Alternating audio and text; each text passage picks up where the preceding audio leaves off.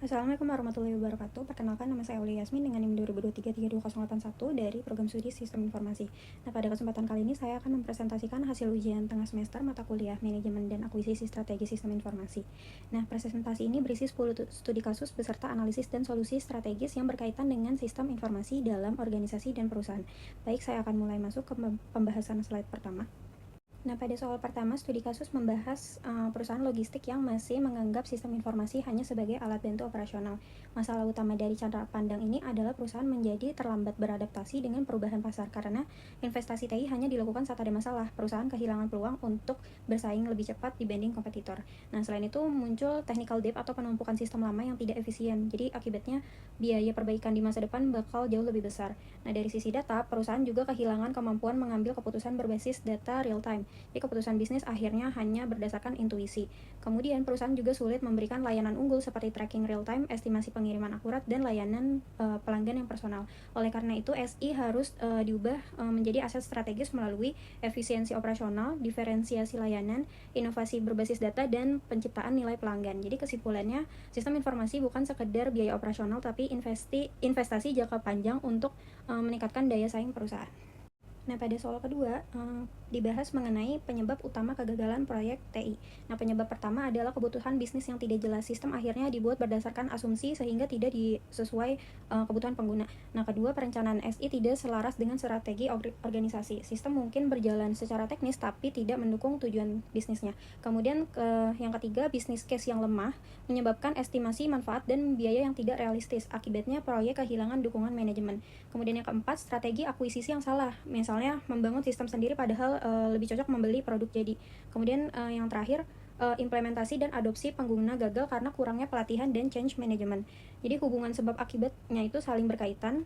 Requirement yang tidak jelas menghasilkan perencanaan yang salah, lalu bisnis case-nya lemah, strategi akuisisi tidak tepat, dan akhirnya pengguna tidak mau memakai sistem. Jadi kesimpulannya, kegagalan proyek TI lebih banyak disebabkan oleh masalah manajemen dibanding masalah teknologi. Nah, pada soal ketiga, universitas memiliki 5 usulan proyek, tapi anggaran hanya cukup untuk 2 proyek. Lalu, penentuan prioritas digunakan konsep IT Demand Management dengan mempertimbangkan business value, cost, risk, urgensi, dan regulasi.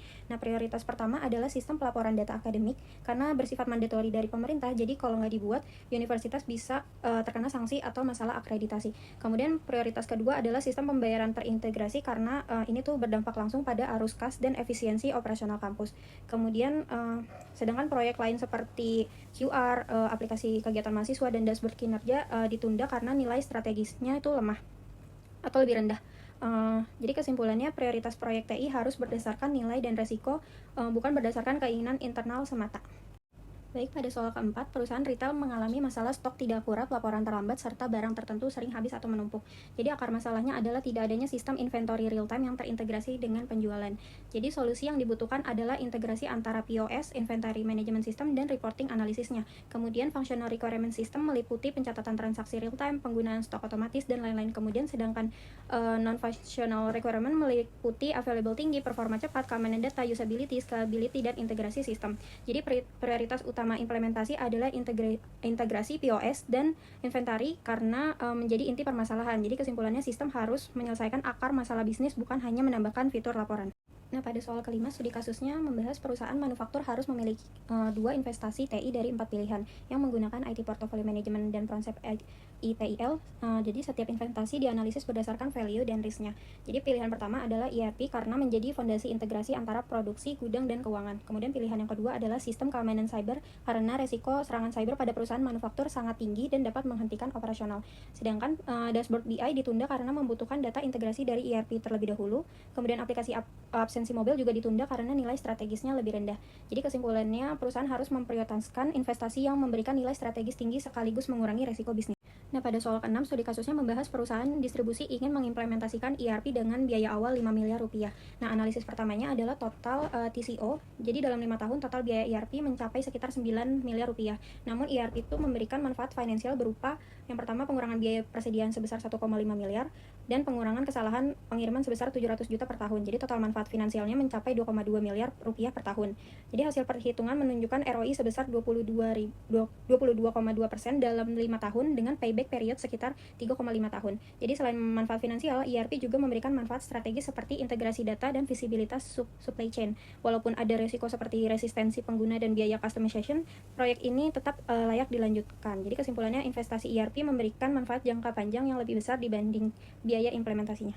Nah, pada soal ketujuh, studi kasus membahas startup vintage membutuhkan sistem CRM dengan dana dan waktu yang terbatas. Jadi terdapat 4 strategi akuisisi. Yang pertama ada build, buy, outsource, dan cloud services. Jadi strategi build tidak cocok karena membutuhkan waktu dan tim yang besar. Kemudian strategi buy juga kurang sesuai karena biaya lisensi dan infrastruktur cukup mahal. Kemudian outsource memiliki resiko ketergantungan vendor dan keamanan data.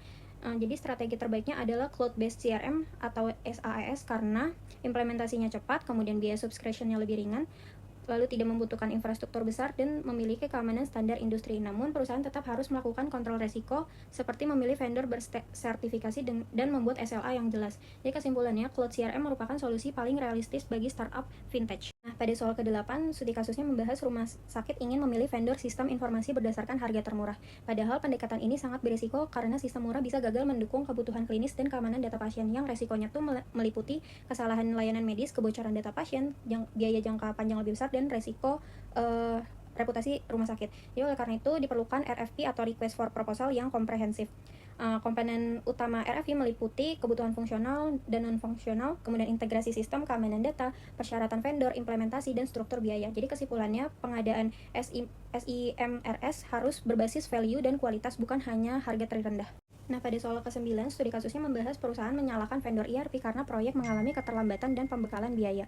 Namun sebenarnya kegagalan tidak sepenuhnya kesalahan vendor. Jadi dari sisi organisasi itu terdapat beberapa kesalahan seperti requirement yang tidak jelas, kemudian pemilihan vendor yang kurang tepat, terus governance proyek yang lemah, dan change management yang buruk. Jadi sedangkan dari sisi vendor terdapat masalah responsivitas dan estimasi biaya yang kurang akurat. Jadi untuk menghindari masalah tersebut, perusahaan harus menerapkan vendor manajemen yang baik, mulai dari proses seleksi vendor, kontrak yang detail, monitoring implementasi, hingga evaluasi pasca implementasi. Jadi kesimpulannya, implementasi ERP adalah tanggung jawab bersama antar vendor dan organisasi.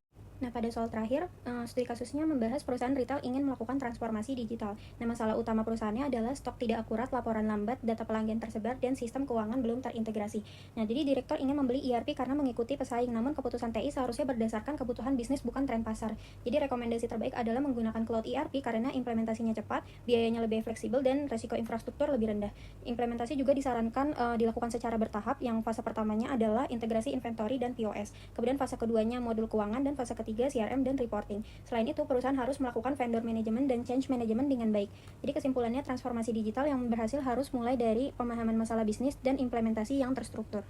Baik, demikian presentasi saya mengenai 10 studi kasus manajemen dan akuisisi strategi sistem informasi. Dari seluruh studi kasus dapat disimpulkan bahwa keberhasilan sistem informasi tidak hanya ditentukan oleh teknologi, tetapi juga oleh strategi, perencanaan, manajemen risiko, serta keterlibatan pengguna dan organisasi. Terima kasih. Wassalamualaikum warahmatullahi wabarakatuh.